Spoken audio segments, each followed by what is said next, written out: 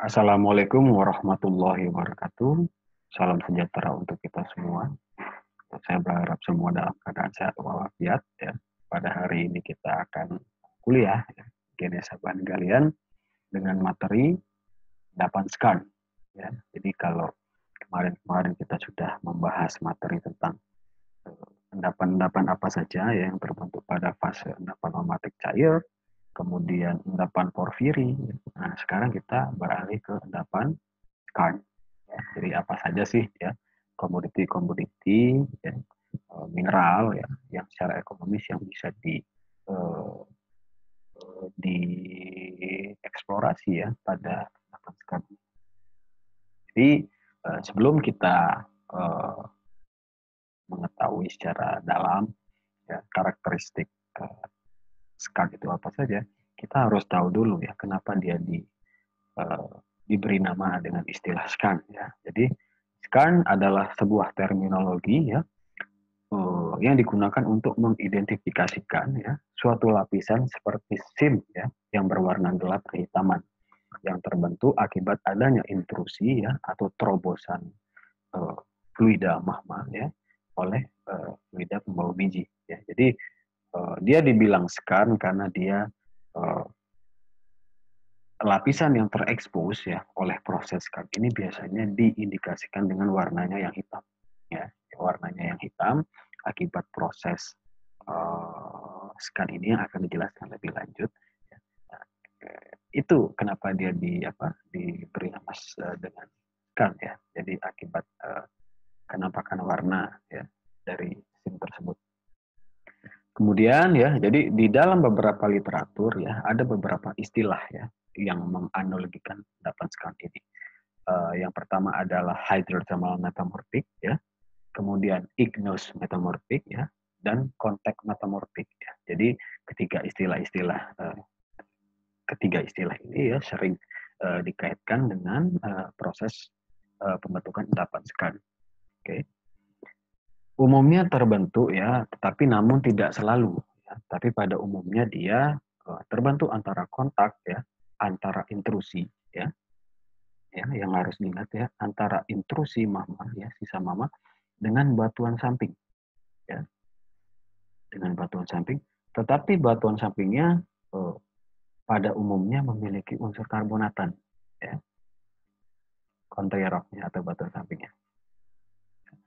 Jadi pada saat kontak dengan batuan karbonat ya, maka batuan sampingnya ya akan terubah ya atau teralter menjadi marble ya, kemudian calcilicate hornblende ya dan skarn. Temperatur pembentukan ya berkisar antara 460 derajat Celcius ya sampai 650 derajat Celcius ya. Jadi pada endapan ini biasanya hadir pula ya mineral-mineral biji ya dalam bentuk oxide ya ataupun sulfide ya dan juga fluoride.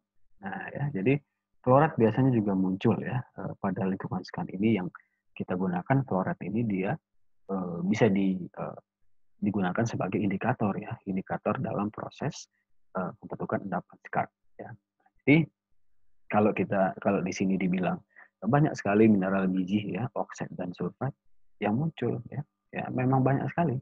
Jadi kalau kita berbicara mineral-mineral biji yang terbentuk pada endapan scan itu salah satu beberapanya ada mineral-mineral besi ya, mineral besi ya, hematite ya, magnetite ya, kemudian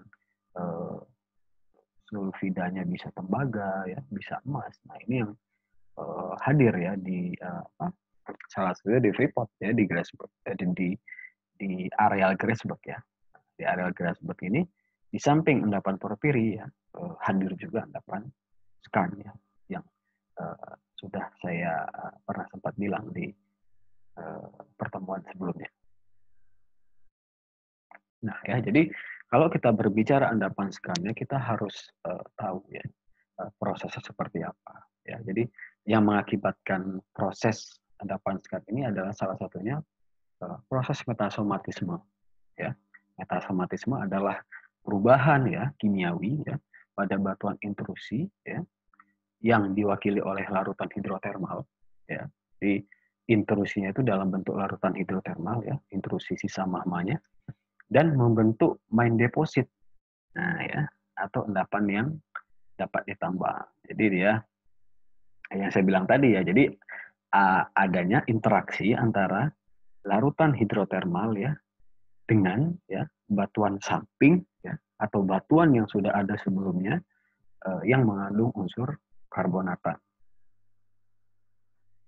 Oke ya, jadi kalau kita bilang ya mineralisasi apa saja yang terjadi pada endapan skarn ya. Jadi umumnya yang saya bilang tadi ya akan dijumpai mineral fluorid yaitu yang dilambangkan dengan CaF2 ya, yang mendukung ya teori bahwa silika dan beberapa logam bereaksi dengan batuan gamping. Nah, ya, jadi kenapa dia hadir nanti akan dilihat di slide selanjutnya ya reaksi. Nah, jadi kalau kita berbicara endapan skarn, ada beberapa mineral penting ya, yang terbentuk di fase ini yang mengindikasikan bahwa ini memang terbentuk pada fase endapan skarn.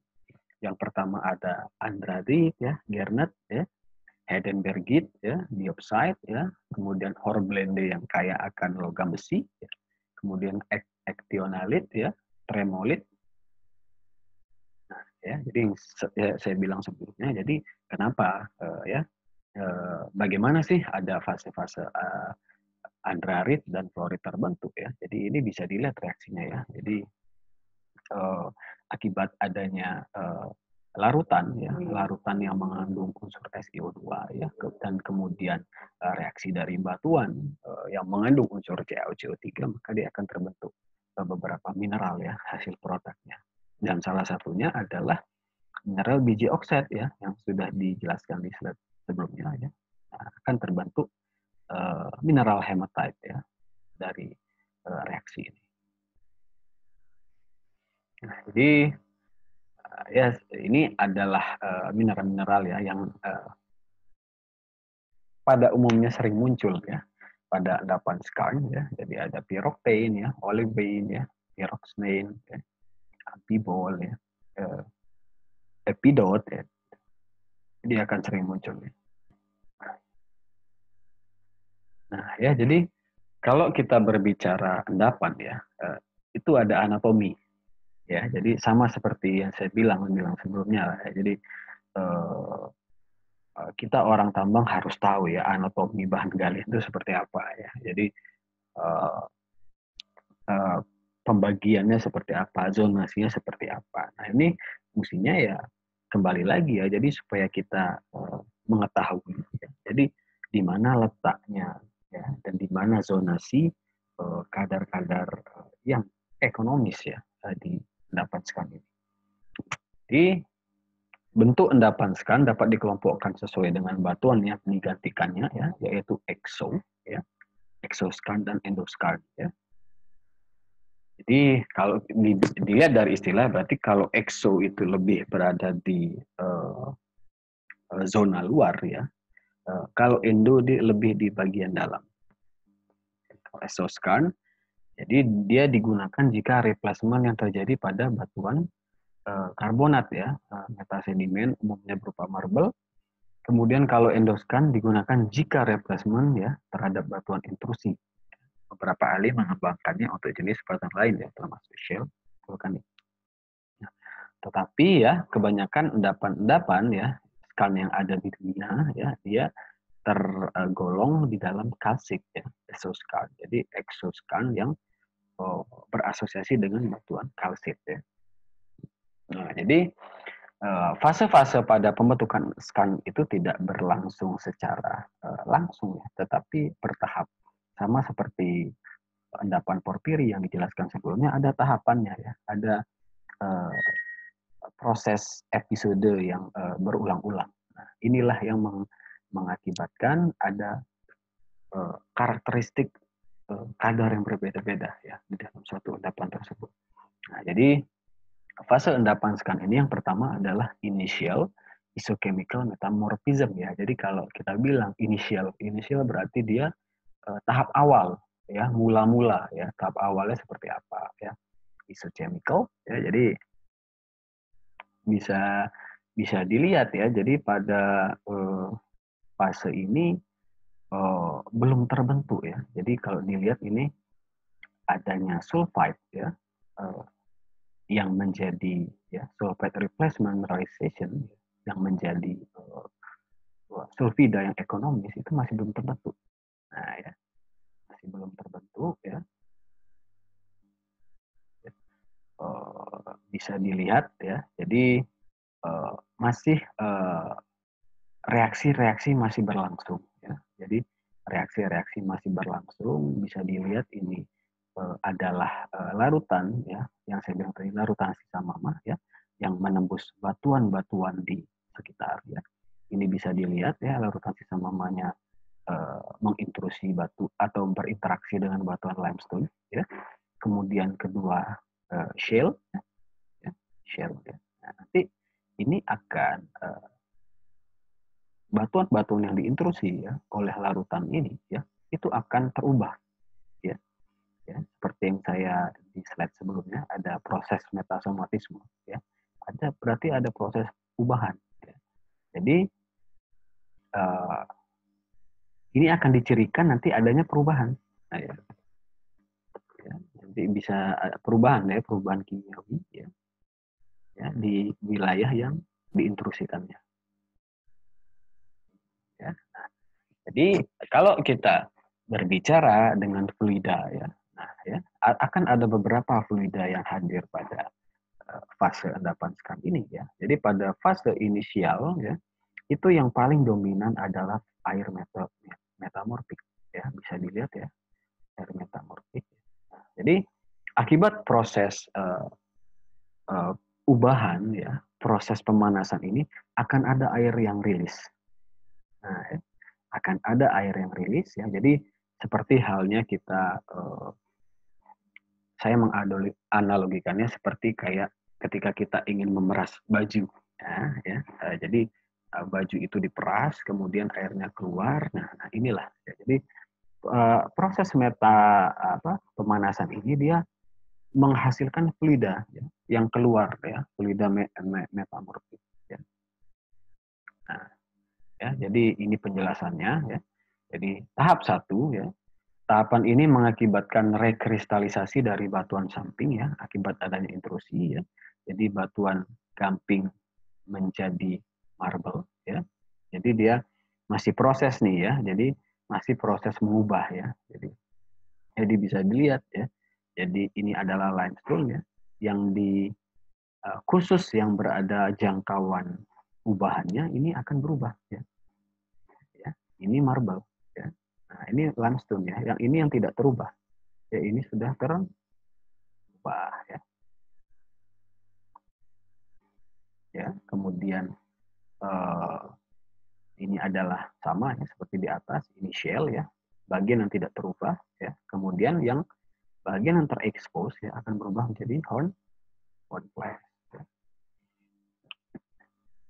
Kemudian reaksi terbentuknya skarn ya dapat terjadi di sepanjang kontak batuan ya. Jadi memang dia sangat intensif ya pada kontak. Bisa dilihat nih daerah kontak antara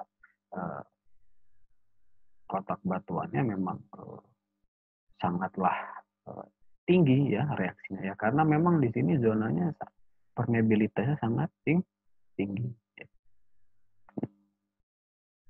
Kemudian secara prinsip proses ini membentuk adanya isokimia ya, metamorfisme akibat dari difusi unsur-unsur ya, akibat pergerakan fluida yang merupakan bagian dari pergerakan air metamorfik ya. Kemudian batuan akan menjadi lebih brittle dan menjadi media yang lebih baik untuk infiltrasi ya, fluida-fluida pada tahapan selanjutnya ya. Jadi yang saya bilang tadi ya, jadi akibat ketika proses ini ya, proses pemanggangan ya kalau kita secara analogikan. Jadi pada proses pemanggangan ini ya otomatis ada kadar air yang keluar ya. Jadi akibat kadar air yang keluar ya, maka batuan yang di daerah sini dia akan brittle ya. Bagaimana sih kalau batuan di kadar airnya hilang maka dia akan rapuh kan. Ya, jadi dia akan menjadi lebih brittle. Nah, kondisi yang brittle inilah ya yang dia rapuh ini dimanfaatkan ya untuk proses konsentrasi endapan skarn selanjutnya. Ya, ya ini kalau ini sudah masuk ke tahap menengah ya, multiple stage ya, of metasomatisme ya. Nah, jadi dilihat di sini ya sudah ada beberapa sudah ada sulfite ya, bentuk ubahan sulfite yang muncul ya, bisa dilihat ya. Kemudian ada interaksi air meteorik ya, air meteorik ya, bisa dilihat ya. Jadi penjelasannya ya, adanya infiltrasi ya antara fluida hidrotermal metamorfik mengakibatkan terjadinya ubahan-ubahan ya, material yang sebelumnya sudah terbentuk pada tahap pertama ya menjadi skarn ya. Proses ini terjadi pada temperatur ya 400 sampai 800 Celcius. Mineral biji akan mulai terendapkan pada saat pluton mulai mengalami pendinginan ya. Nah, mineral-mineral yang terbentuk pada tahapan ini relatif anhidrous ya. Jadi kalau kita bilang mineral anhidrous itu biasanya dia mineral yang sangat-sangat kekurangan air ya. Memang betul karena memang pada fase ini akibat banyak air yang hilang ya. Nah, jadi maka dia terbentuk mineral-mineral yang tergolong anhidrous. Kemudian pengendapan mineral oxide ya, contohnya magnetite dan calcitrate ya, dan disusul oleh sulfida-sulfida mulai terbentuk pada tahapan ini ya. Jadi mineral-mineral oksida yang berharga ya, kemudian sulfida yang berharga juga dia akan terbentuk pada fase 2 ini. Nah, kemudian ada yang terakhir namanya tahap alterasi retrograde ya. Jadi tahapan ini merupakan tahap akhir ya yang diikuti oleh pendinginan pluton dan menyebabkan terjadinya alterasi hidrous akibat air meteorik ya. Jadi pendinginan batuannya, batuan plutonnya itu dimulai pada tahap ini ya. Kemudian kalsium akan terlindikan ya atau terleaching ya dan menghasilkan mineral-mineral seperti epidot, klorid dan antiklonit ya. Penurunan temperatur akan menyebabkan terbentuknya mineral-mineral sulfida ya. Jadi pembentukan mineral-mineral sulfida itu sangat nyaman ya pada temperatur yang rendah. Ya. Pada temperatur rendah, disitulah tempat yang nyaman ya untuk mineral sulfida terendapkan.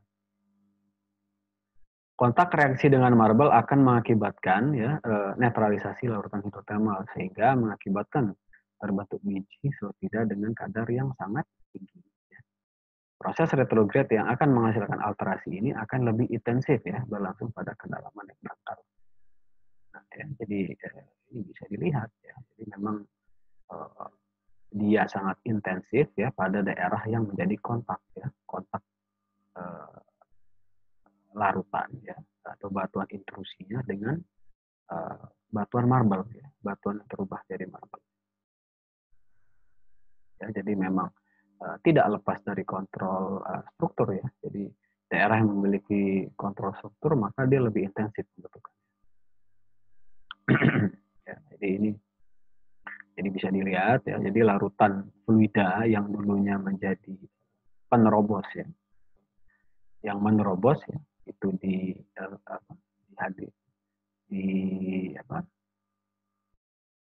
dibentuk ya oleh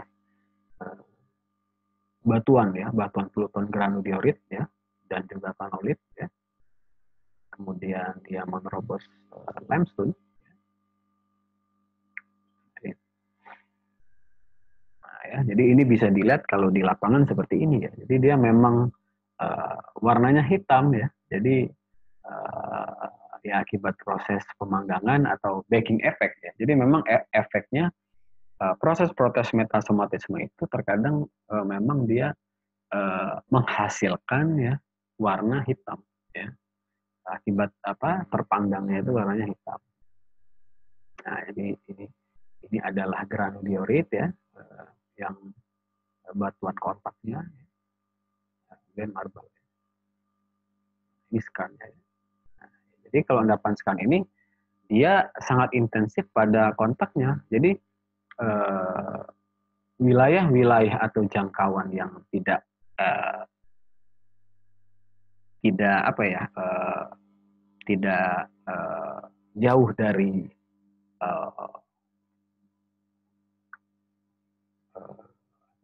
jauh dari pengaruh ya, jauh dari pengaruh metasomatisme, dia tidak akan terubah, ya. Jadi dia sejauh mana dia bisa memberikan pengaruh, disitulah mendapatkan akan hadir, ya, berpotensi hadir di alam, ya, bisa dilihat, ya. Jadi dia menghasilkan deposisi mineral, ya, sphalerite, ya, garnet dan pirit juga. Ini merupakan batuan house rock-nya, kalsit marble yang berwarna putih. Ya, nah ini bisa dilihat beberapa tipe, ya, beberapa tipe endapan skarn, ya. Jadi macam-macam, ya. Jadi ada yang skarnnya tipe kalsik copper, ya, kalsik iron, magnesium iron, kalsik tungsten. Jadi ini tergantung deposisi mineralnya seperti apa, ya, dominasi mineral yang dihasilkan seperti apa. Ya, jadi tidak harus selalu besi ataupun selalu tidak harus selalu hematit, besi atau emas, tetapi dia juga bisa berasosiasi dengan mineral-mineral lain, ya, mineral ekonomis yang lain. Ya, jadi ini contoh profil, ya. Profil sinonim, ada juga yang mengatakan piro, ya, pirometasomatik, kemudian kontak metasomatik, semacam, ya. Kemudian komoditinya ada tungsten, ya, ada molybdenum, tembaga, ya, stanit, ya, timah, dan seng. Penyebarannya berada di wilayah tektonik kontinental margin, ya. Kemudian lingkungan yang kaya akan karbonat, ya, batuan sedimen shale, ya, sampai karbonat. Kemudian host rock-nya, ya, ini sudah dijelaskan, ya, limestone, ya, kalkoros, ya, mineral kalsit, ya, kemudian yang berasosiasi dengan tonalite, ya, granodiorit, ya, monzonite quartz, ya, dan granit, ya. Nah, bentuk badan bijinya, ya, stratiform, ya, bisa tabular, ya, lensa juga, ya. Jadi banyak, ya, tipe bentuk.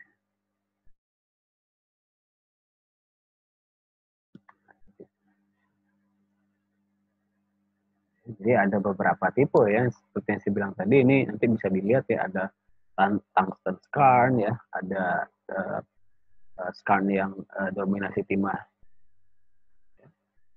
Kemudian timbal, ya, timbal seng, ya, skarn, besi, ya, tembaga. Ini salah satu skarn yang ada ini, ya, deposisi emas, ya. Ini bisa dilihat ini native gold, ya. Jadi native gold, ya, in a quartz, ya. Jadi ini adalah emas yang berbentuk natif, ya. Berarti dia emasnya tunggal, ya, yang berada di urat, ya, urat emas, ya. Urat emas, ya. Dan juga ada hematite, ya, dan ada juga unsur hematite.